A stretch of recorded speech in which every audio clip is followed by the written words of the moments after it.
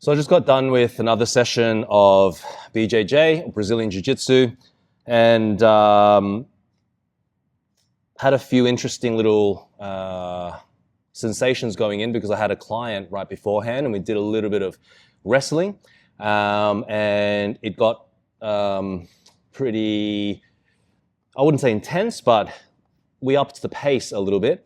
And so my body was already quite heightened. And then as I went into the grappling class, I could feel that my feet were cramping up a little bit.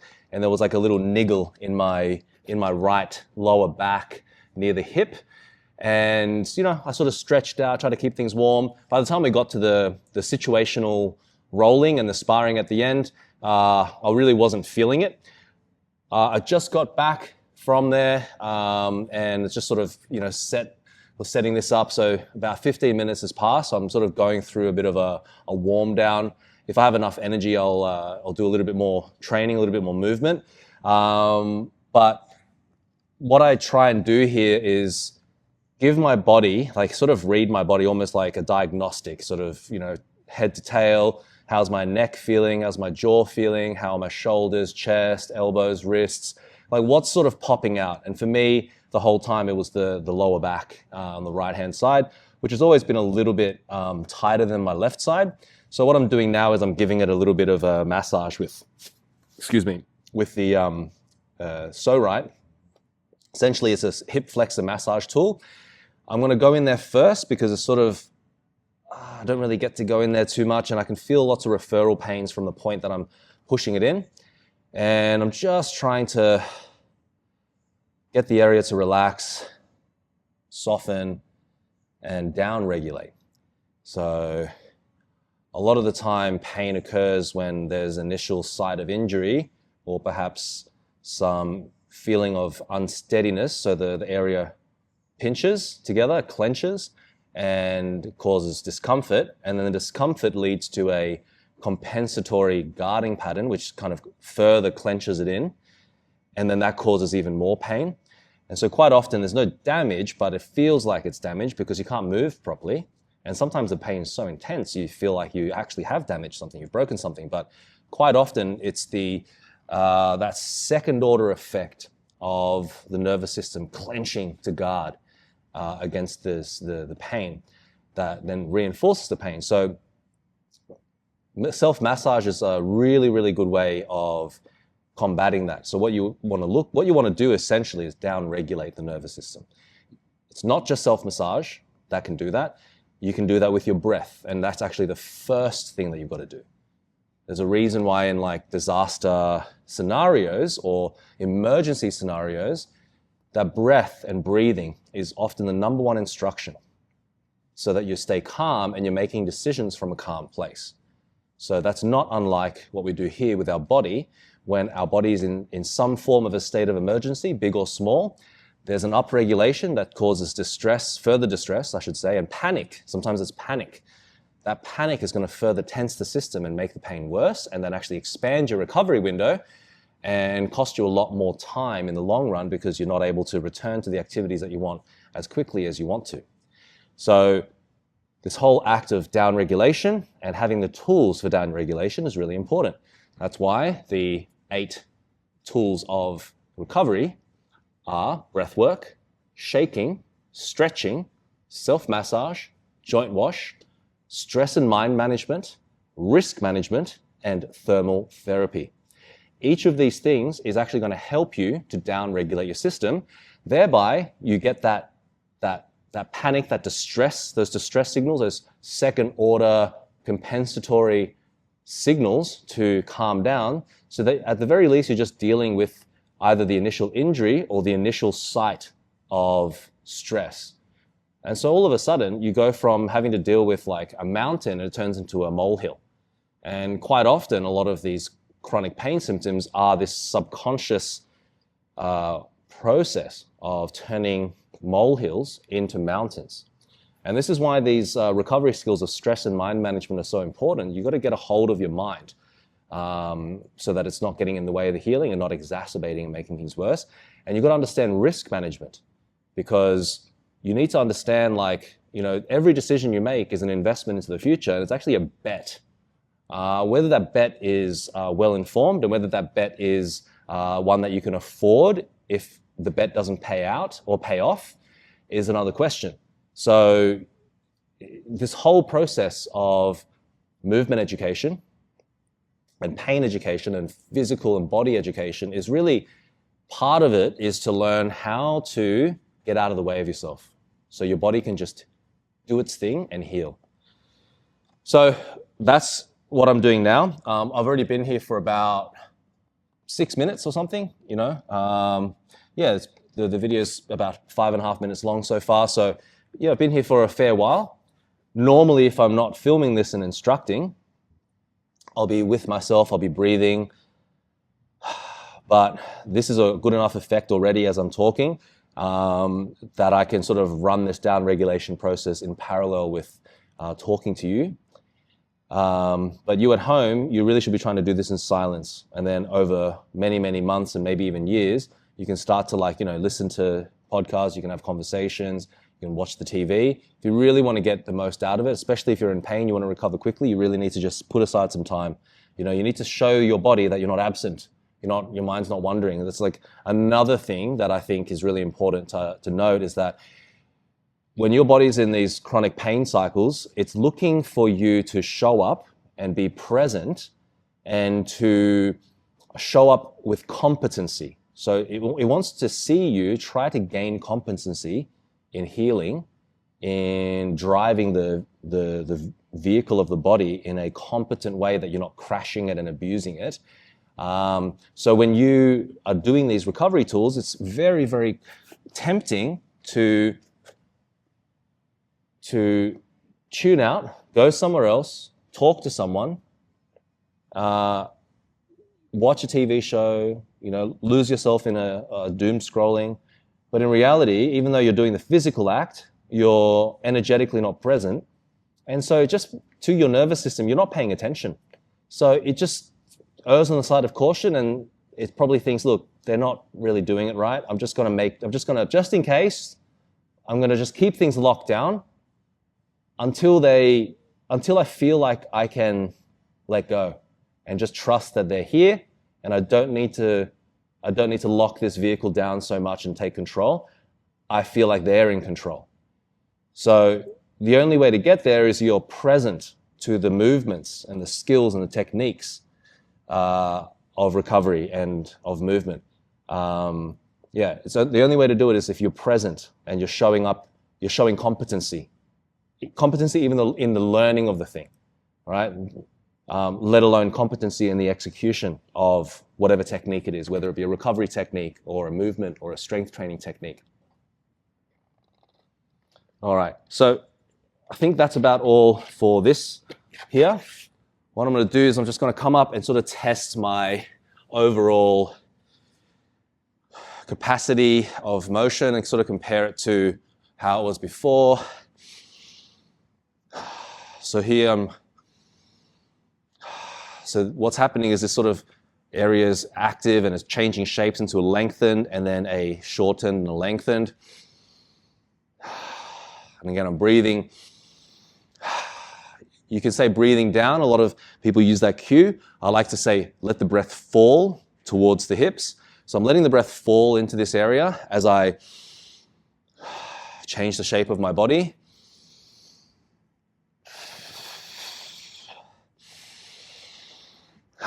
And the area is feeling a little bit freer.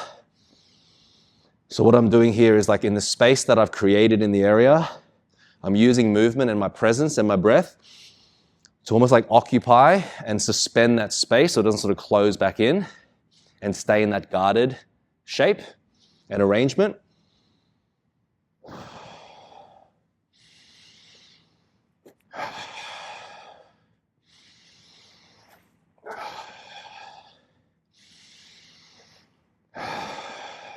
Wonderful.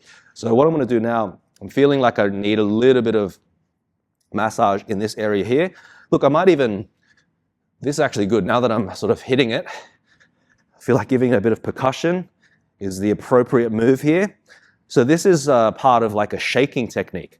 It's like a shaking, but from outside. So it's like a theragun, but with my own body, and I'm just driving the weight of my fist into it and trying to create a percussion.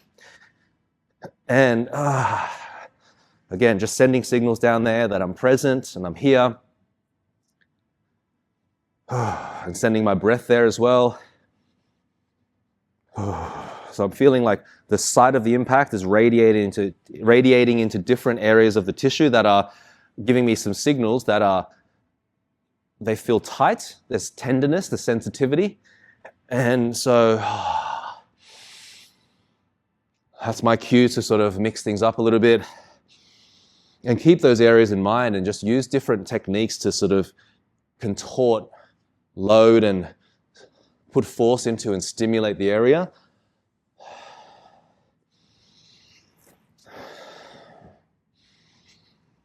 Good. Now, I've just addressed a little bit of the frontal tissue here, and then now I'm going to address a little bit of this back area. So what I'm going to do is I can either use something like this and basically lie into it like so.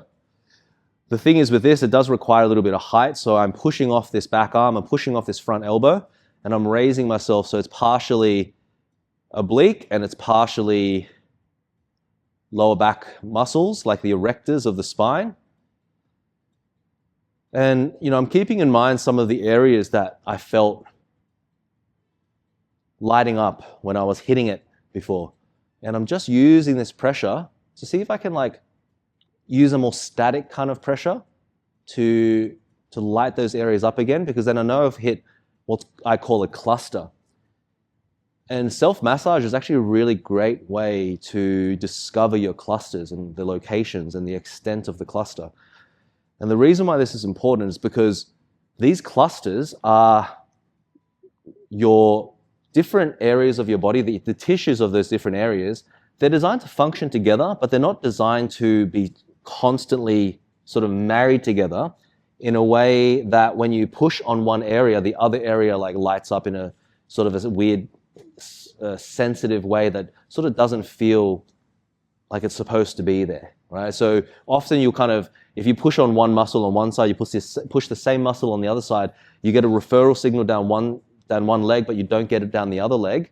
It's a good sign that you've basically hit a cluster. Now, these clusters, to me, you need to make note of them and you need to address them through through techniques like this, where you're pushing on a specific area and you're breathing into it, and then you can, you know, move your different parts of your body and sort of floss the joint and floss the nerves and floss all the other tissue against the pressure of this self-massage that is triggering the cluster. The reason being is because the cluster itself is not in accordance with like a harmonic and a properly functioning set of units of tissue of the body. I call these units of tissue, so to speak, power lines. So these power lines are responsible for our most powerful survival functions like sprinting, like walking, like throwing, like fighting, like punching and kicking. So that is really what our major functions are physically to help us to survive very unexpected and potentially violent physical scenarios that are life-threatening. And sometimes they need explosive force. Sometimes it requires some level of acceleration or deceleration in order to make sure that you are safe and you can live to tell the tale. So these power lines are almost like battery storage units for kinetic energy. And so you sort of like coil like a spring and you can like pounce like a tiger. And so you coil and pounce, you store and release, you know, you wind up and you unwind in a very quick manner, so you're exploding. And so these power lines, if they're not properly tended to, they can cluster, they can bind together like almost like a knot in a string. And while these bound together clusters can still function, if you keep accumulating the kind of stress and tension and potentially damage, you could put yourself in line for some trouble later on. Either an injury, so an actual damage, or you could be creating a sort of chronic pain loop that becomes very difficult to break and very difficult to come out of. So emptying your body and sort of detecting clusters with different techniques like self-massage, and actually using these techniques to then sort of dissociate this clustering of your power lines is, I think, a really, really underappreciated and really overlooked aspect of physical health. And you'll find it in various disciplines, like Chinese medicine is full of these kinds of techniques and these philosophies and perspectives on the body. But in the modern, especially Western model of general fitness, we're still stuck in, it's either strength training or just stretching. And stretching is often passive stretching. It's not even stretching that has these like power lines and these fundamental human survival functions in terms of movement patterns in mind. So stretching tends to be either at best a slightly fruitless activity. It's not completely valueless, but it's either not as fruitful as it could be, or at worst, you're actually like creating laxity in your tissue. And that actually makes your power lines kind of, rather than these powerful elastic bands, it makes them like what I always tell people, it's melted mozzarella cheese on a pizza, and you take that slice away, and then you have this strand of melted cheese that's stretching, super delicious, but it's not very powerful because it stretches, but then it doesn't bounce back. Whereas an elastic band, it stretches and it bounces back because it's a kinetic, it's a kinetic battery unit. It's a kinetic battery. So you want to think of your body as a kinetic battery. And it's a kinetic battery based on not just muscle contractions, but also elastic shapes and elastic, bands, elastic coils, elastic springs. And when you think of your body in that way, you're going to move better, and then you actually are going to put the right recovery inputs into your body as well, so you can maintain it for the kind of physical activities that you want and the kind of life that you want to lead, rather than be held back by your body all the time. If you are stuck in injury, if you're constantly being injured, or if you're stuck in this chronic pain loop, like there's no injury but there's always pain, you don't want either of those outcomes, because the net effect of those situations is that you cannot do the physical activities that you like. Sometimes you can't even do the everyday activities that should be normal and easy, and ultimately you are just constantly drained of resources because you're in pain all the time and your body's clenched all the time.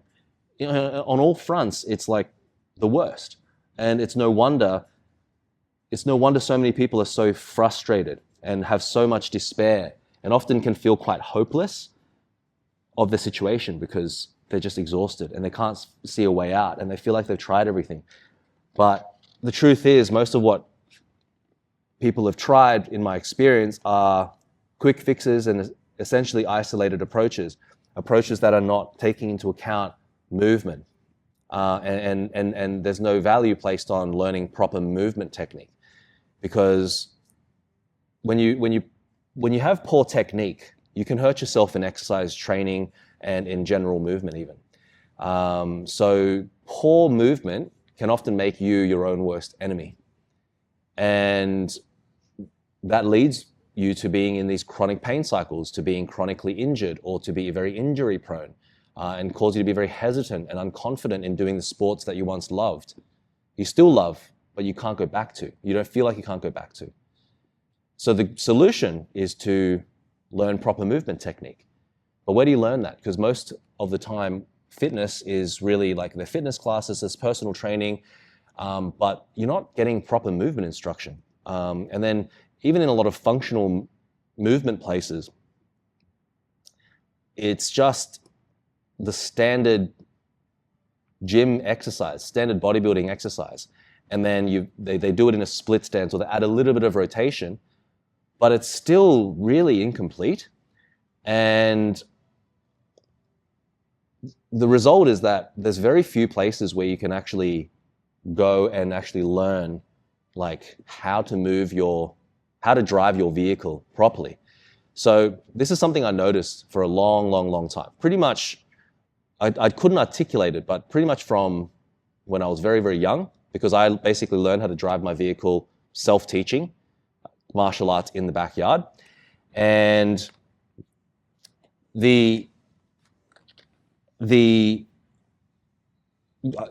what I learned was there are ways that I can move that preserve my body and produce very powerful movements. And there are ways that I feel my body feels very compromised and my joints feel really compromised. They feel really unstable. They feel like they're taking on a lot of impact from the activity. So I learned to adjust. But most people don't. Most people get so caught up with the activity because it's so fun. And then they don't realize how much their body has changed as they age. And then all of a sudden they're playing soccer one day, or they're doing martial arts one day, or they're just, they go for a run, or they do a surf, or, and they pull their back, or they blow out their knee, or they dislocate their shoulder, or they tear their rotator cuff, or something. Or they develop a sort of tension in the neck. Something breaks down. And unfortunately, they don't realize that it's quite often, not always, but quite often a movement technique issue. It's a movement skill issue. They don't realize that the way that they've been operating the vehicle is improper. And if you are in a car with a driving instructor and you improperly drive and manage and operate the vehicle, and it's one of those cars that has a brake on the other side, an emergency brake for the driving instructor, what do you think they're going to do to that brake? They're not going to leave it alone, and they're not going to be relaxed sitting in that seat. They're going to be sitting upright, very tense, bracing for potential impact, and that foot is going to be pushing so hard on that brake, the vehicle is going to come to a complete stop. So this is a figurative expression for what actually occurs in the body, except the driving instructor is your autonomic nervous system, and it's waiting for you to learn proper movement. So that's why I consider myself, not a movement trainer, not a movement teacher, not even a movement coach. Primarily, I'm a movement instructor.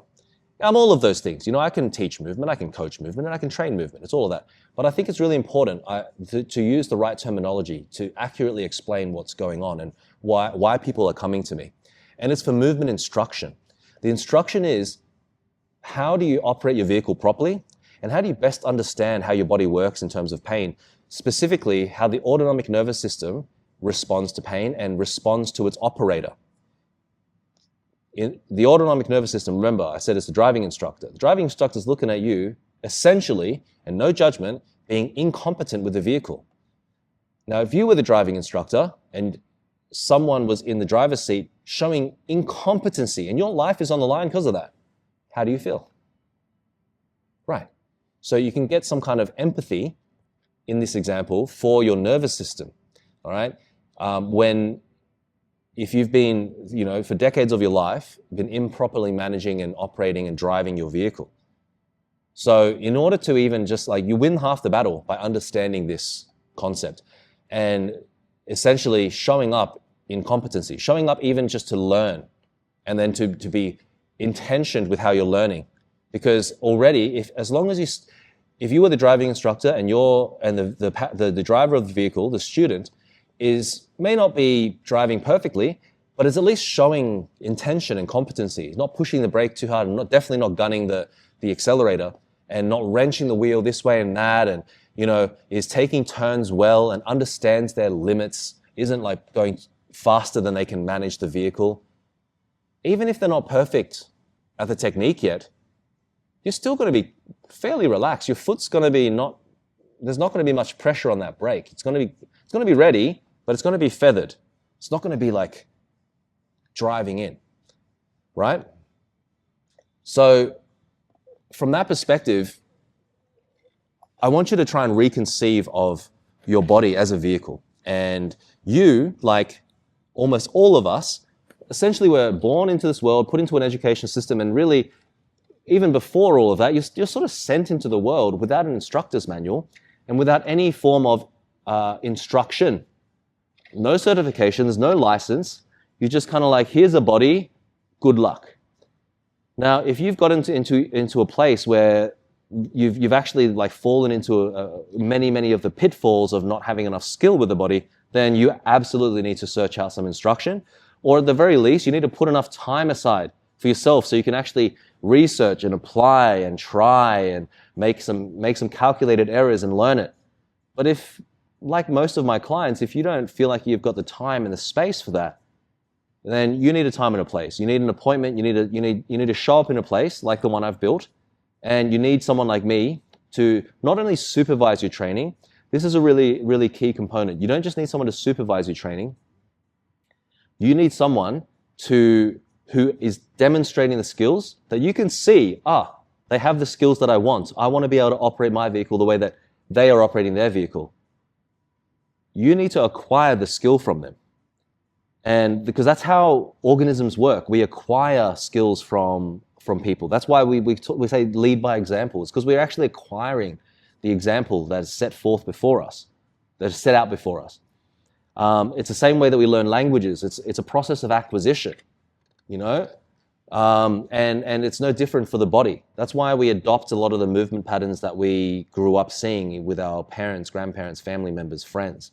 We grow up with the same speech patterns. We grow up with the same language. So there's all a process of acquisition.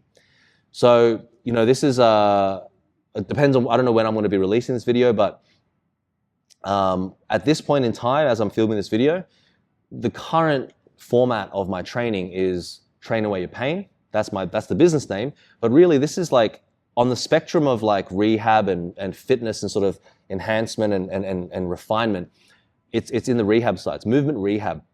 All right. So it's actually a product within a greater umbrella. And the greater umbrella, so most people don't know this, but like Train Away Your Pain is the trading name. But my business name, as registered with, I think, ASIC or whoever, is actually called Acquire Movement. And that's the name of the business that I've always had for many years. It's just that, you know, for whatever reason, just how my business turned out on a practical level, I decided to put more effort into and lean into the Train Away Your Pain name and delivery. But as I've been doing this for many years and I'm noticing different things, I realized that's actually on the movement rehab side of the spectrum of this of the knowledge that I provide people. And the whole thing is movement instruction.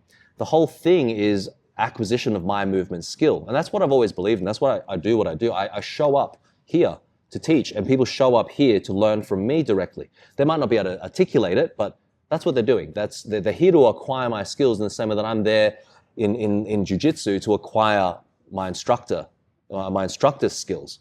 I'm here to obviously add my own knowledge and my own flavor and my own style and twist to it eventually, but I'm really there to acquire a lot of the foundation, the very rich foundation that he has. And so acquire movement. It's because it's about a certain kind of skill in operating your body, and you need instruction, and you're going to learn the skills that you need by acquiring these skills of movement from someone like myself who knows, who you can see is demonstrating it, and who you can see is able to communicate it in many different ways, not just verbally, not just through the concepts, being able to explain the concept, but actually through the body, expressing it through body language. Every movement is body language. It's not just when you are having a conversation and someone's body is like this or slouched, or, you know, it's also how you're performing simple movements like walking and running and twisting, you know, and interacting with the floor. There is a language there, and it's a skill, and this language and this skill is gained through a process of acquisition. Can't be gained in a book. It can't be gained necessarily in an online program. You can do it in some form, but in person, with one-on-one instruction, where I can see you, and I can hopefully give you physical cues, and then you can see different parts of me in the room in front of you. There's a very natural process of learning that is inbuilt, and it's deeply ingrained and wired into our neurology, our physiology, and our physicality. So acquire movement instruction, learning how with poor technique you become your own worst enemy, and you need to seek out good movement instruction and be show up as a competent student, and eventually execute with competency in order to not only rehab your body, but to build its foundation so that you can be confident in enhancing and performing and expressing yourself physically, and then also refining your body over time, refining your movement over time so that it becomes a practice of longevity. It becomes a practice so that it carries you through the decades that are ahead of you and the later decades of your life, where things on a physical level become even harder. All right? So there's a lot at stake and there's a lot to learn. So I encourage you, if you resonate with anything that I said, I encourage you to reach out and get some movement instruction from me today. I think I've done enough recovery. Maybe I'll have lunch, maybe I'll do a bit of training, maybe I'll film it, but thank you for listening. I don't know how I'm going to cut this up, and I've filmed it in the vertical video. I really should have done it in horizontal for YouTube because it's a pretty long video. It's a 30-minute video so far. Wonderful. There's going to be plenty for me to cut out. But as I said, thank you so much for tuning in. I really appreciate it, and I hope to meet with you soon so you can acquire my skills for yourself.